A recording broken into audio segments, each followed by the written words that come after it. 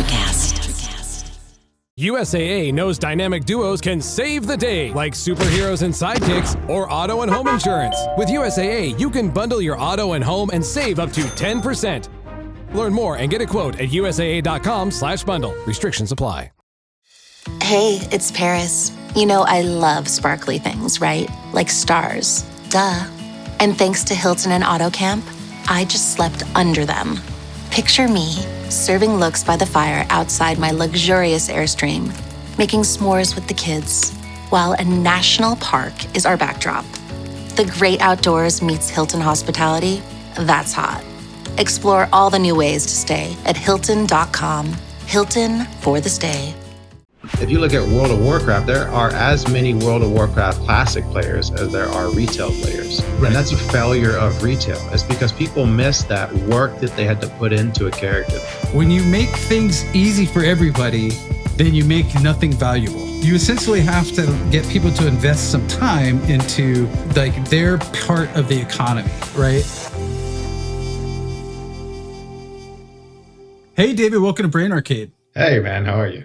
Good, dude. How you been? I know we just talked a couple days ago. Yeah, I've been doing good, man. It's just about the thunderstorm here, so I hope I don't get any power loss or anything. Well, if we get interrupted and we get less than like an hour, then I will fill with like funky tunes or something. Cool, man. Awesome. So tell everybody who you are, what you do first, and then we'll get to other things. So like we'll just dig into it. So yeah, sure. So my name's Dave. I currently live in North Carolina. We just moved down from Montreal. I got into virtual reality like in 2016, which launched me into like NFTs and crypto. And then I started my own companies during COVID. And now I work for an engineering firm in the blockchain space. So yeah, I'm a gamer at heart. Always been a gamer. I've been playing games since I can remember. My brother had a Nintendo, and I mean, it was Super Mario World and Duck Hunt, and just like it evolved from there. So gamer is probably the way that I would describe myself, and then entrepreneur is probably the second. So the thing that got us together. Oh, wait, actually, who introduced us? How did we meet? I forgot. So last year, Marcello, a buddy of ours, he was like, "Hey man, I see all these teams like raising ridiculous amounts of money to build like the stupidest things and then failing hard." He's like, "I've always wanted to build a game." And I was like, "Well, I've always wanted to build a game too." So I came up with a game idea, and then I went to GDC last year and I was just pitching it to everybody. And I bumped into my buddy, Tim, from Pocket Full of Quarters, and he's just like, "Hey, I got this guy that I think that you should talk to. Just talk to him." So that's how we jumped on a meeting, and then you fell in love with me. Yeah. That's right. Well, so wait. So when you met Tim, were you pitching him, or was he? No. He hadn't started ethics yet, right? Or did he start ethics? He was just starting it. But okay. Before that, he was at Helica, and no, I had known him I've known Tim for about 4 years, and yeah, so it was from a previous job. I was trying to get him as a client and stuff, but we just became friends. Right on. So, so you're pitching a game to Tim. But I don't want to get into your game pitch yet. What I do want to talk about is like the things that got you into the pitch. So everything that you were thinking, right? Because like I'm going to treat you like a player first and game designer second for now. Like basically as a game player, what was missing from the market that you're like, dude, I need to build this for myself. Like what's that story? I mean, I grew up playing games, like I said, and I got into computer games when we got our first like Windows 95, and I got like some game. It was like some Star Wars game where you had to like build a whole ecosystem. It was pretty cool and everything. But then I got StarCraft, and then I got Red Alert and everything. Like Command and Conquer. Those were fun. But then I got my hands on EverQuest. When I moved to Montreal, I had to build up my own computer to be able to play it because the Windows 95 thing was just not working. So I built my own computer. EverQuest was amazing, man, but it was so tough. It was so difficult. There was no hand holding. It was like read everything, like literally prompt your NPC to ask him what quests does he have, and like does he have more info on that, So like you literally had to read and figure stuff out, and like cue the like mathematical symbols behind my head. So I created like this gnome magician, and I just remember like being the highest level noob in the starting zone. All I did was log on and kill monsters, log on and kill monsters. I had no idea what to do outside of the starting zone. I never even left. And then one day, like a troll, a literal troll, if you ever played EverQuest, you could play as a troll. They were big and they were ugly. And then they had ogres who were super big and ugly too. He came into the starter area and he got me to attack him. And then he killed, no, actually he killed me. And then he stole like a ring that someone had given to me that like really buffed my character up. Like super. And back then it was like worth 10 platinum. And 10 platinum was a lot of money in that game back then. That was like a lot. You wouldn't get that much money until you were like level 40 or something. Right. Yeah. Yeah. So like, hold on. The revenge loop was strong back then, but also like the economy is interesting. Economies are balanced differently back then because like the value of everything in MMOs was like a little different. There was a little like, was there trading in EverQuest? I don't remember. Yeah, there was trading. There was trading, but it was like and it was there were more no like level requirements. There was right, level and so you could just requirements trade on some stuff. Yeah, but there was no level. There was no level requirements on buffs. So like a druid could buff you. Could with, come like, in and like power level you. Yeah. I mean, you couldn't get experience. The experience was dampened, but like the buffs on you, like that were super strong, like thorns. It would do like 5 times the amount of damage that you could output if something hit you. So like you would just walk through and just things would just wither. Yeah, there's been like the pincushion tactic is like you would buff a newbie and send him in to like aggro everything, and then like dude, that game was so tough too because if you died, your body stayed where you died, and like and you had a set amount of time to get to it before it decayed. Was it like in EverQuest? Did you travel the world as a ghost then? That was pretty common back then. No, like you died.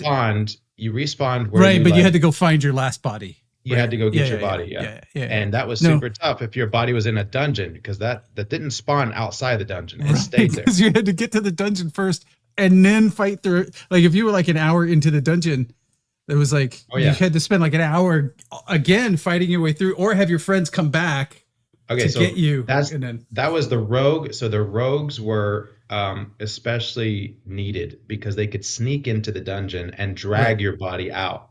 Literally, drag corpse. You know, I remember there was a lot of like body retrieval services back then. Like like EverQuest, Asheron's Call, like Ultima Online, those early MMOs, and like everything you did had heavy consequences because back then, like it was but it was much more like we want you to feel like you're here in this world, and it's not a simulation because it was clearly a game, but they wanted to create places where you were, disassociate, imagine you were actually there, right? And it was like it was less about like. I mean, of course, everybody wanted great graphics, but the graphics weren't good enough to like really make that an emphasis. It was like, in hindsight, you go back and look at that stuff. You're like, oh my God, it looks like a bunch of triangles just moving around the world. So, and then WoW comes out, and then you switch to WoW, or WoW is short for World of Warcraft. Right. WoW comes out. I have to rebuild my computer. I have to get $150 40 gig hard drive to be able to, and like upgrade 40 gig. 40 gigs. I was like $200, $150 or whatever. Yeah. And then I had to get the RAM and everything. So I had to get the video card. I mean, so I learned a lot about, and this was like necessary because I wanted to play a game and I was a kid. I was like maybe 13 or 14 at that time. Dude, and WoW came out and it blew me away. And classic WoW wasn't like classic WoW now. Classic WoW has a lot of add-ons and things like that. Like you can have Questy that'll help you. You can have all these add-ons. And they allow it. But back then it was super tough. I joined a PvP server, obviously, because, I like the punishment. And so you'd be walking somewhere in like a neutral zone and some just like level 60 will just steamroll you, kill you, and then just leave you. But what changed for WoW was that you were a ghost and you got to go back and get everything on your body, including all your gold. So the only consequence was the time to get to there. And the world was massive, but your bodies spawned outside of the dungeon and all this kind of stuff, like quality of life improvements. but headed towards this direction of what happens in the future now to MMOs. Mm-hmm. But man, WoW was great. WoW was great. Well, I mean, I probably played up until like level 60 or 70, like the first couple of expansions, and then I was working at that time, so I think I just got busy. Yeah. But also like MMOs are so social that it was like, unless you have the friend group that can play or join guilds and stuff like that. But I was never a guild joiner. Like I just couldn't commit to it because of work. And then like, basically I think we all just sort of fell out of playing it. Dude, vanilla WoW, like OG WoW, I'll call it OG WoW because it's like vanilla WoW.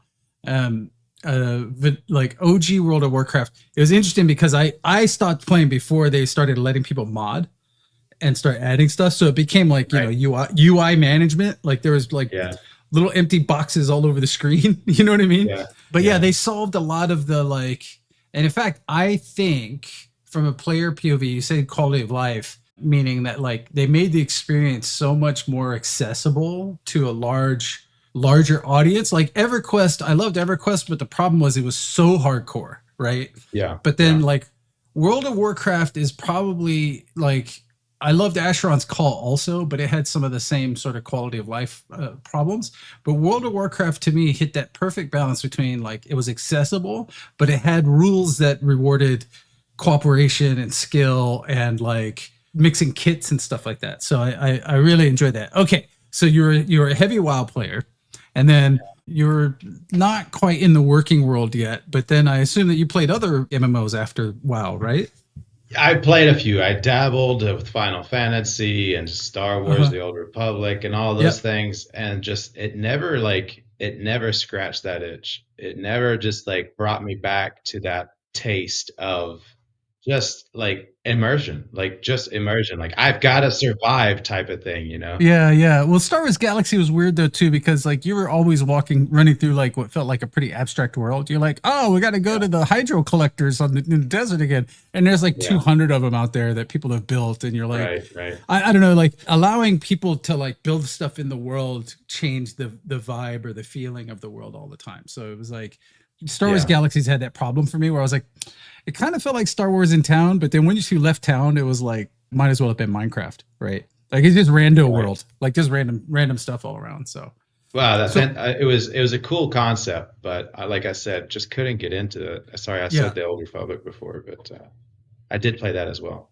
Yeah, well, what did I say, Galaxies or Old Republic? You said Galaxies. I thought it was the Old Republic, but I mean that's how much it didn't stick with me. Like all these MMOs, right. All these MMOs that came after like Classic WoW, because I stopped before the Burning Crusade came out, and like I heard the Burning Crusade, and I heard that the Wrath of the Lich King was great, but at that time in my life, like I got to level 60, I was like the top hunter on on Manaroth, the PvP server, and like, I achieved it. And then the expansion came out, and I was like, I got to do it all over again. No, screw this. I'm sold my account. So let's actually hold on. You just threw out a nugget there that we need to dig into a little bit. So you were on a PvP server, and so for those that don't know, PvP stands for player versus player, which means that players could attack each other.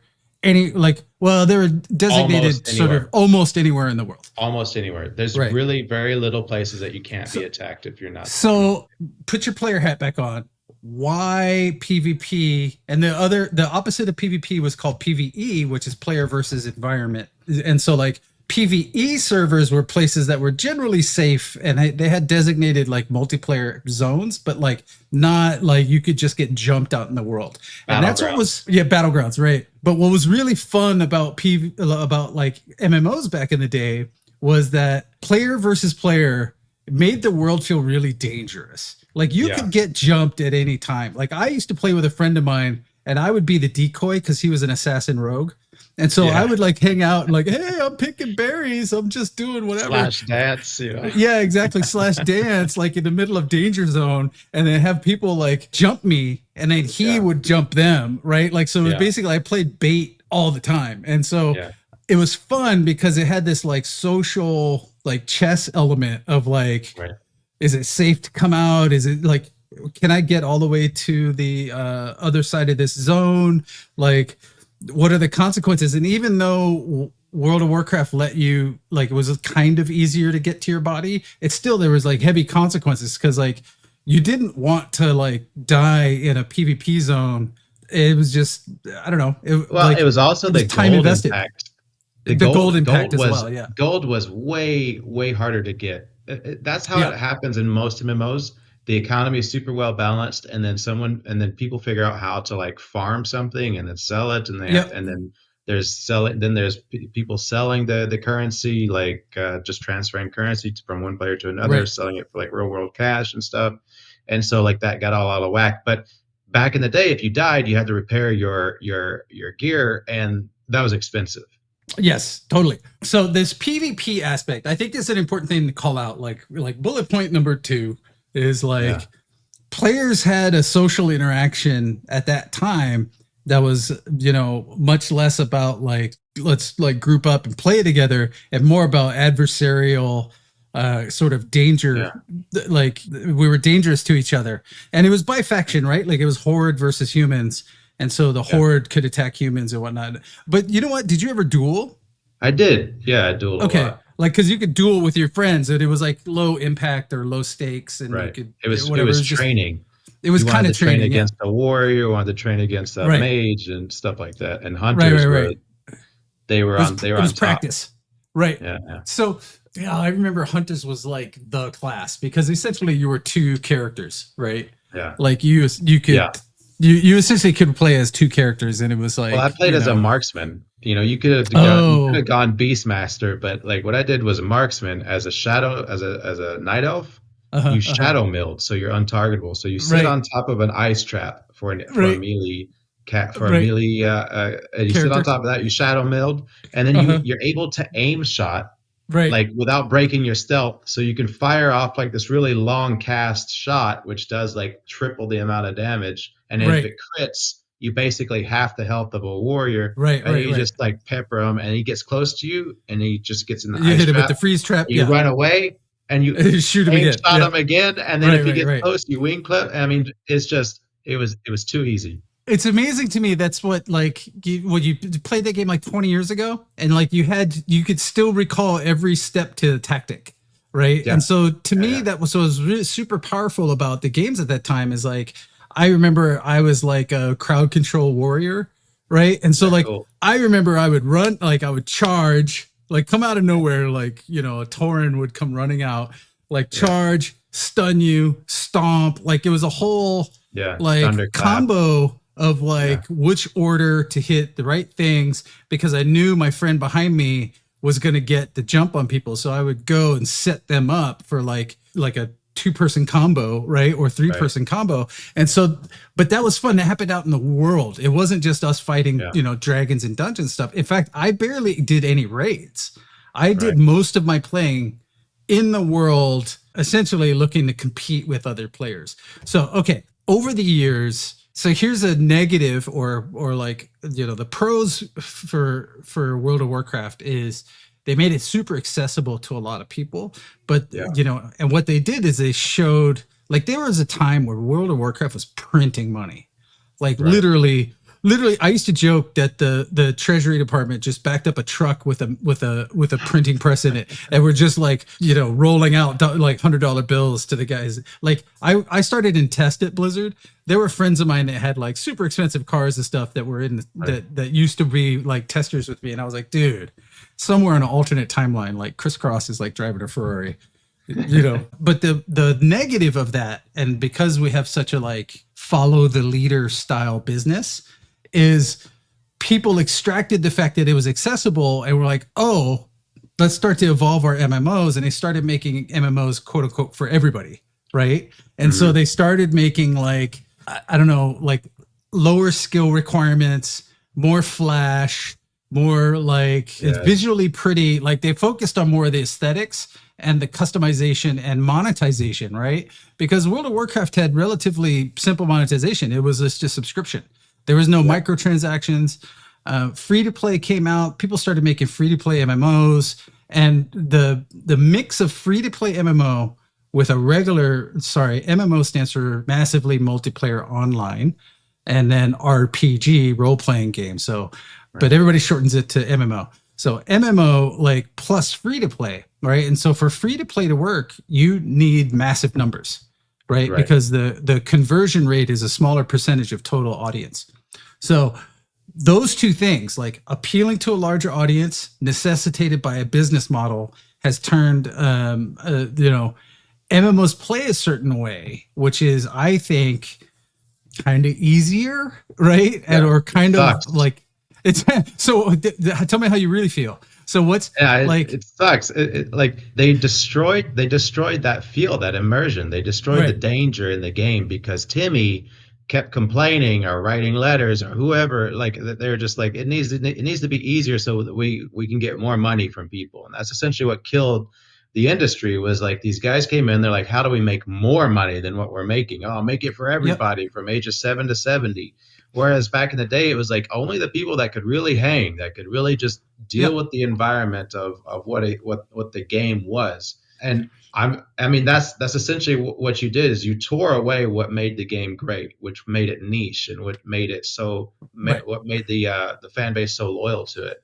So I would say, by the way, like the things that have changed, and I'm leading up to where we're going here, and I'm just kind of sort of setting up the argument.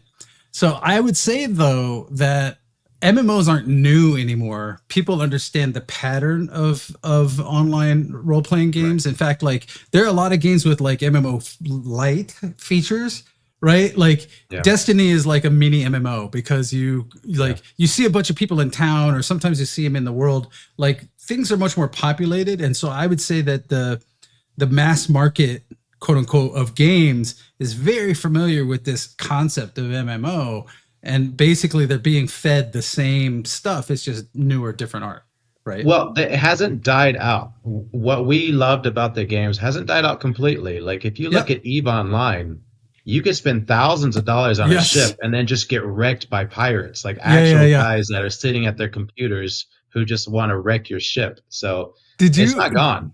That giant battle that happened at EVE Online, what was that, like a $40 million like battle? Yeah. Or something like that? It was ridiculous. I don't know what the numbers were, but it was like, it was even reported, I think, in like Bloomberg or something. Like it was. Yeah. It made like regular news because it was like, and by $40 million, I mean the amount of money not only that people put in, but the time. Right. Like it was basically all these people amassed a bunch of hours, which has a monetary value of like, you're playing, but also how much money they had invested in like building up their empires and their ships, and that huge battle happened. And it was like, I was really sad actually to not be a player in EVE Online just so that I could have watched some of that. It was pretty wild. So, but there have been other games that have been good at different parts, right? Like Guild Wars was awesome for like more like organized PvP, right? Your guild versus another guild, and it did that. There's like Conan. Elder Scrolls Online did it kind of well. Conan was kind of a little bit, but they're like all still dancing this line around accessibility, or at least making it appeal like to a broader, wider audience. And I actually think so. Here's my player brain from the World of Warcraft days: I was happy to pay rent once a month to like live somewhere else. That's essentially what I was doing. And I don't mind that I didn't actually own anything. I was actually really just renting a space in another world, right? And that's how I thought about it. But when I play free to play, and here's a definite psychological distinction that I think changes things. From the dev side, free to play means I need to get as many people in as possible and then monetize to them and push monetization, because something has to pay for this thing running, right? There's a running cost on a monthly basis to sort of support these worlds. But from a player side, the consumer side of things, free to play actually means there's a term called switching cost. And the switching cost to go from one thing to another is like almost nothing. So when you have like 4 options and they're all free, it's really easy for you to jump in, dabble, and jump out and see if it's for you. Right. And so I would say that some of that accessibility is not necessarily a bonus at that point, because now people are flavor testing multiple things. Right. They're like, I'm going to try this for like 30 minutes to an hour, and then they bounce. Or I'll go to this one. And there's nothing sticky there, right? Whereas like I almost felt like World of Warcraft when I spent like, what was the original price? $15 a month or $10 a month? It was like $10 a month. Yeah. It was like $10 a month. $10 a month I paid rent. And I thought about it. And even back then I was like, that's less than a movie ticket and popcorn. Right. Right. And I get hours of entertainment, not ownership. I get entertainment from what I was doing because I was interacting with other people. It was something. So I was happy to pay $10. But the other thing was, if I paid $10, I also felt obligated for my own finances, personal finances, to get $10 worth of entertainment out of it. Right. Yeah. Like I was like, you are going to provide me at least $10 of entertainment. Whereas like if it's free to play, I jump in, and as soon as there's one little thing that I don't like, I'm like, peace, I'm out. I'm going to go find something else. Or like, that's what actually started my entrepreneurial journey. Was I needed to get money so I could pay for this game. So I started cutting grass. So I started cutting all my neighbors' grass and everything. So I do that once a week, and I started making so much money, man, because everyone wants to hire the kid, right? So right. Oh my God, you started cutting grass to pay for your WoW addiction, basically. Yeah. That's fantastic. Like, my dad was cool with it as long as I was paying for it myself and like learning a valuable lesson, whatever. Right. Well, the social aspect of massively multiplayer games is really interesting because, they had like online groups of people called guilds. Some of those guild masters, they did so much work off screen as far as like organizing and stuff. I know a lot of those people got hired to be like community managers or like social managers at like legit boring companies, like not even game companies. Like they translated those skills into the real world for like people organizing. It's like the equivalent of like a church lady who handles all the events, right? Like, but there's a skill there. Like I sort of make it funny so you can think about it, but like there's a skill set in, being that person. And like that came out of like, it's an archetype, like MMOs. Absolutely. It's a player archetype. Totally a player archetype.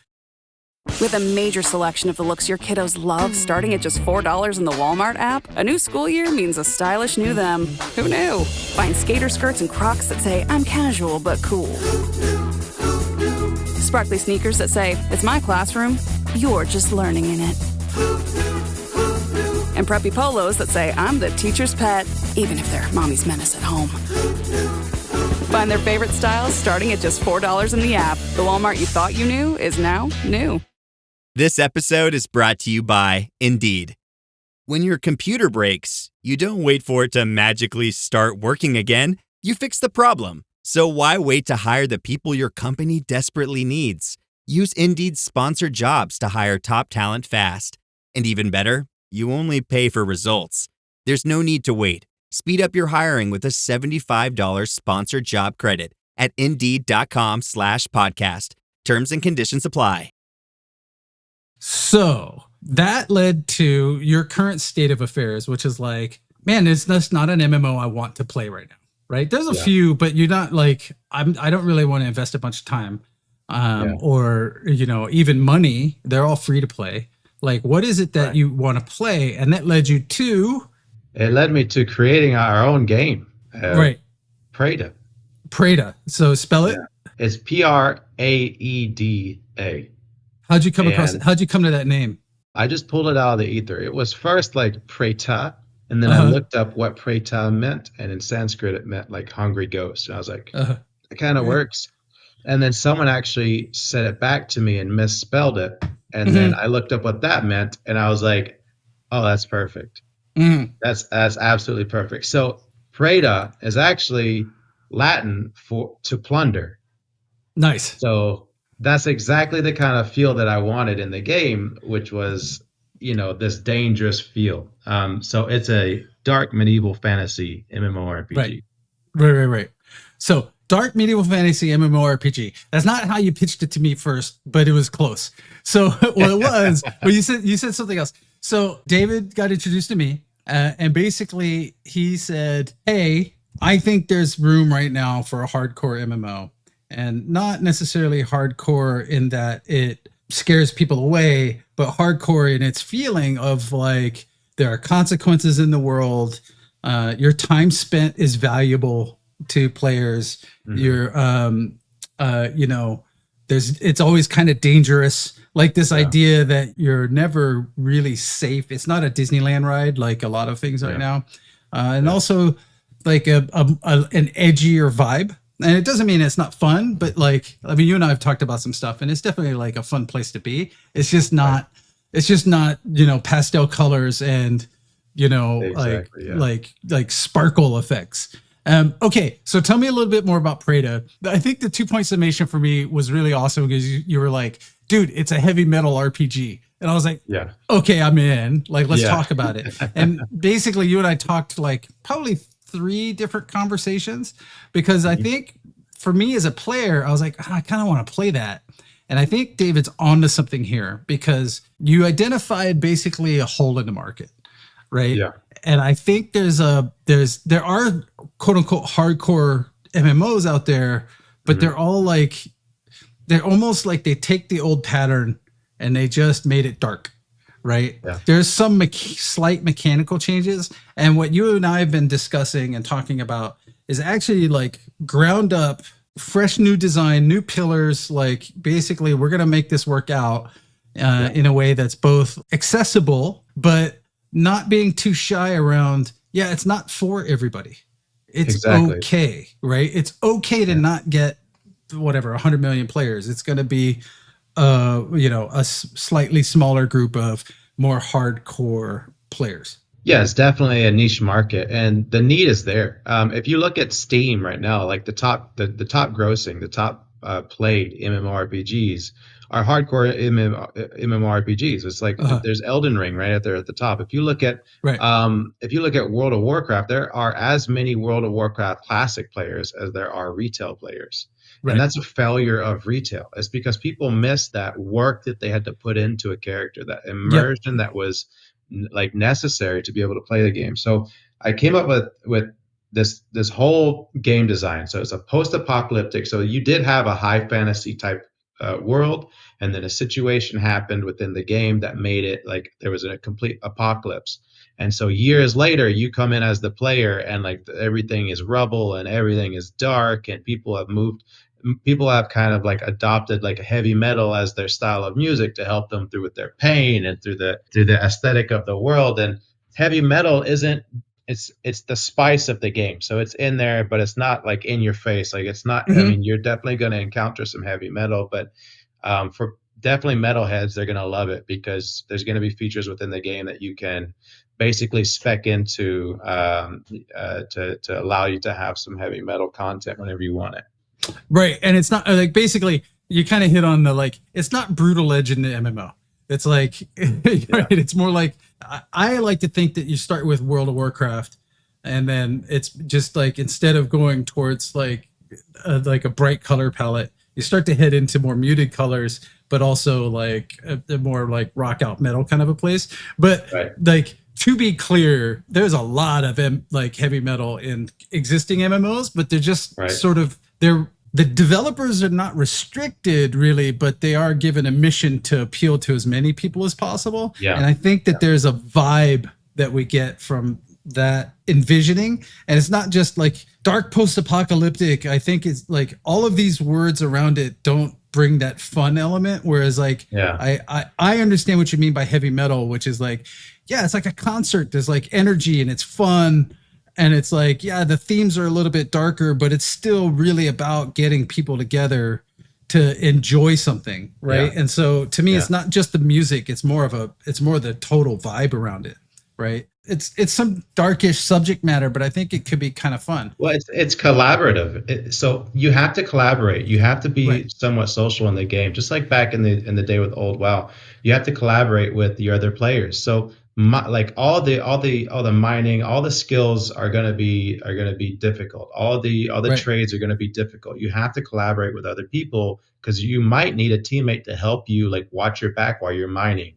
Like you might need and as you mine, you'll be paid by the guilds who like hire you to go out and get resources for them. So there's a huge social impact to the game, where it's based on collaboration, because if you don't collaborate, you don't get anywhere.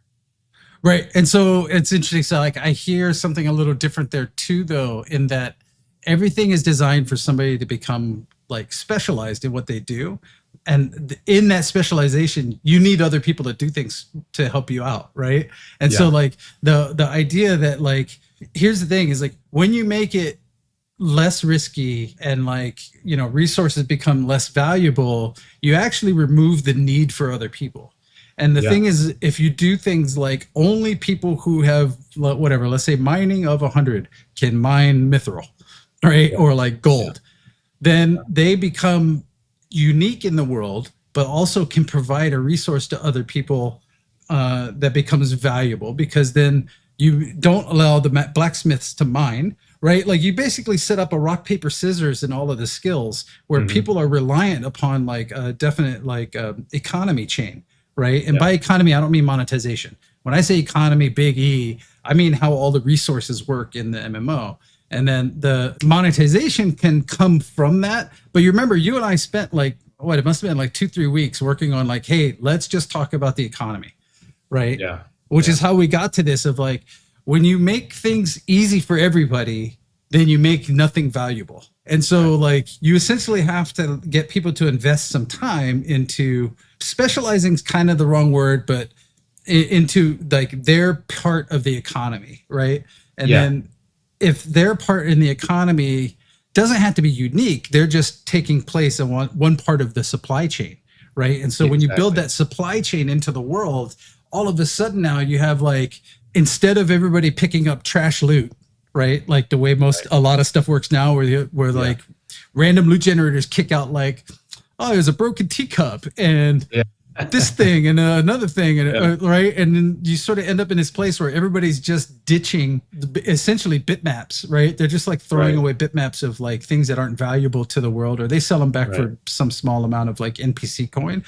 But if you make it so that like, oh, I picked up a fur pelt, I can't do anything with it, but I know David can, right? Hey, Dave, I got some fur pelts. Do you want them? Right? Like, yes. And we trade it, and you're like, I need some ore or whatever, Right. And so it's interesting because I think a lot of the restrictions on trading back in the day, and this is because of fraud, right?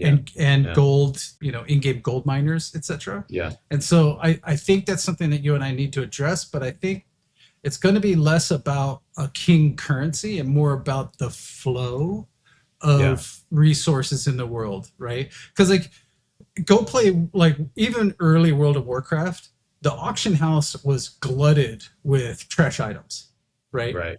Like, but it is essentially, you end up in these places where you're like, oh, I got this thing, it's epic. And then you would go to try to sell it on the auction house. You're like, oh, there's like 200 here, right? Yeah. And they're all like, whatever, $1. And so it was essentially just like, I don't know, more like a recycling center than it was like an actual auction house. I want things to feel rare. I want them to feel hard to get, hard won. And once you get that, I don't want it to be like, oh, now you get something that's better, so just throw that thing away. Like what you've come up with, the attunement system is beautiful. And the way that we're going to do that with the music element, I think is also really cool. Well, so let's the attunement system, let's just talk about that for a second, because like I think covering this is going to take us almost to time.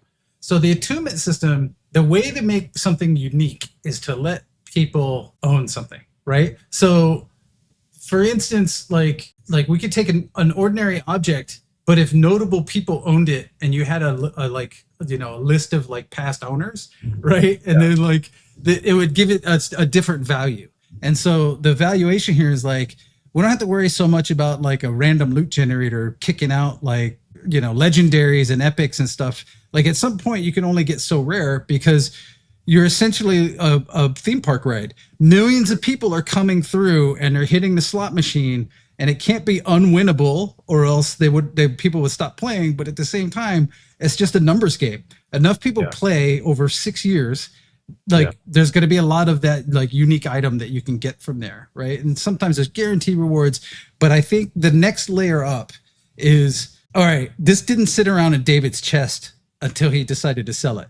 Like he took it out and he went on runs with it. And then basically when you pick up that thing, it becomes unique just to you. And then the more you use it, the more it gets attuned to you and the better it works, but also like the better, like more magical properties. Like it's kind of the socket system. More skill-based combat. More skill-based combat. Maybe it unlocks moves. So everybody gets kind of a visual generic effects, thing. all that kind of stuff. Yeah, exactly. It's kind of like like having sentient swords, where like you have to like use it enough for it to get used to it or like you. Yeah. Or like, oh, did you watch The Mandalorian at all? Yeah. Like how he has a hard time with the dark blade. It's kind of like that. It's like you have to keep using something to get really great. I play D&D, so I'm very familiar with attunement, and like right. we just had a session where someone attuned to something crazy. So. Right.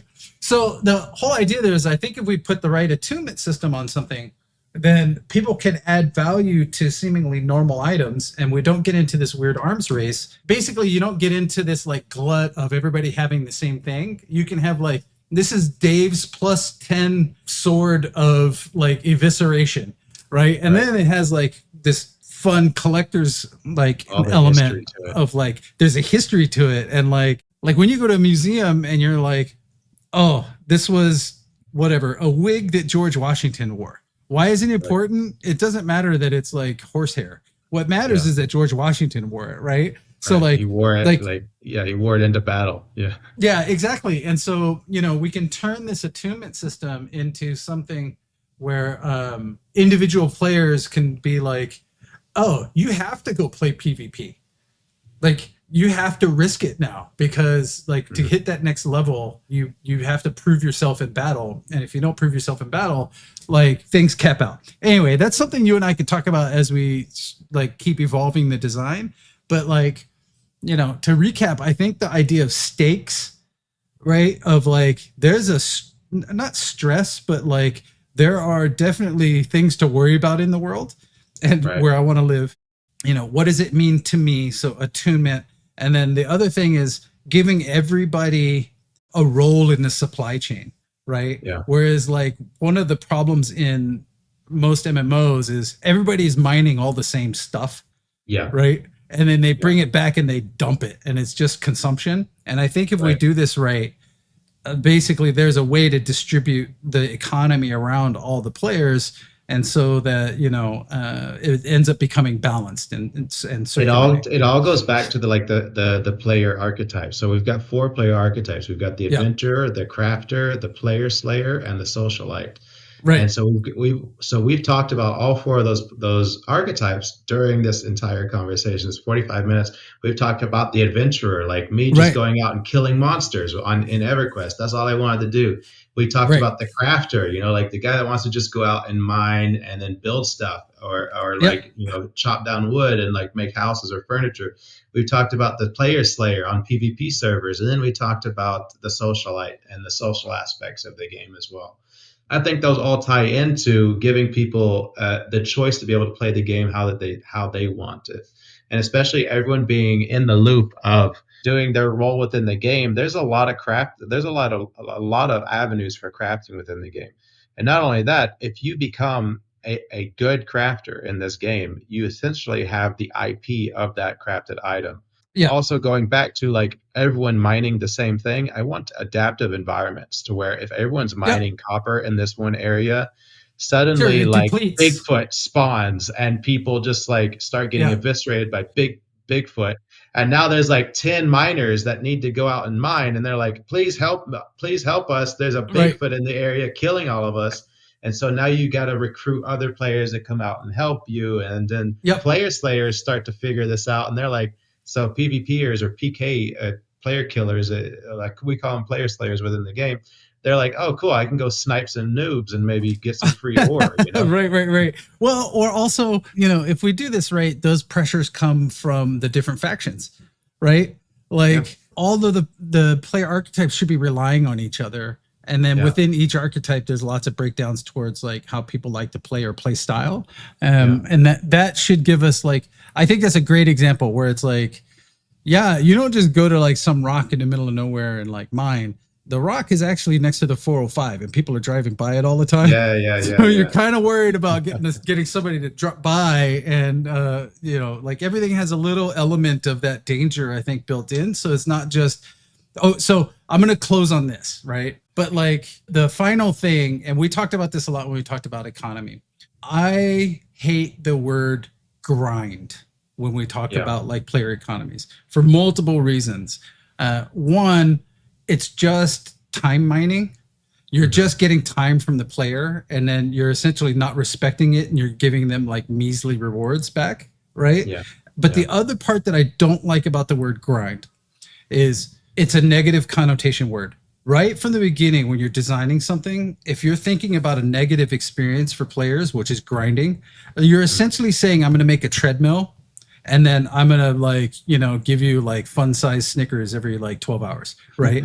Like it's terrible. It sounds like a terrible experience. Yeah. And so where at all possible, instead of setting up a grind, right, which is a single person on a treadmill, just grinding it out, right, which is painful and takes a lot of time. It's like, let's refocus that energy to getting players to cooperate with each other. They have needs from each other, etc., so that they're you know, gated by, you know, something that's more valuable, which is a social interaction, as opposed to, you know, if you get on a treadmill long enough, you'll get some kind of reward, right? Yeah. Anyway. So we're about out of time. You got any last thoughts on Prada? Keep an eye out, folks, because we're going to start talking about this still behind the scenes, but we're going to start, you know, discussing it more on the open. We didn't even touch the surface. I mean, from the get-go, we haven't really described the good feeling of it, like the Western style heavy metal, hardcore MMORPG. Like we've got a lot of Eastern style. Let's get some Western style going on. Like let's start addressing the market need for the niche of the guys that miss EverQuest and Classic WoW and Astron's Call. Like let's build a game that we actually want to play and not just keep being thirsty for these games that were great. Let's make games great again. Awesome. Well, I think that's a great way to end the hour. Thanks for coming on. You have to come back on, and we'll talk Prada some more over, you know, whatever the next few months. Absolutely, brother. Awesome. Thanks, man. Brain Arcade is a Princess Hermit production, produced by Kyrene Kim, music and mixing by Jonathan Ontiveros. The podcast is hosted by me, Chris Cross. You can find me and my other endeavors at coffeewithcross.com.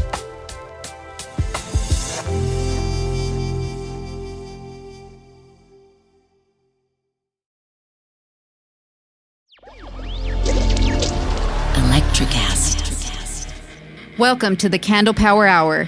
Come with us backstage behind the scenes of show business spanning over 4 decades and bringing you the experiences that can only be told by the people who were there. Our guests are from the A-list, the F-list, and everyone in between. Get set for some of the most insane, hilarious, and inspiring stories you will ever hear. I'm Mercury. And I'm Diego. Your hosts for the Candle Power Hour. You deserve better health care, and so do we all. Medicine in America is a podcast that shares real stories of patients and doctors reshaping the future, because the revolution in care isn't coming, it's already here. Real stories, real change, a better future for healthcare. Electric acid.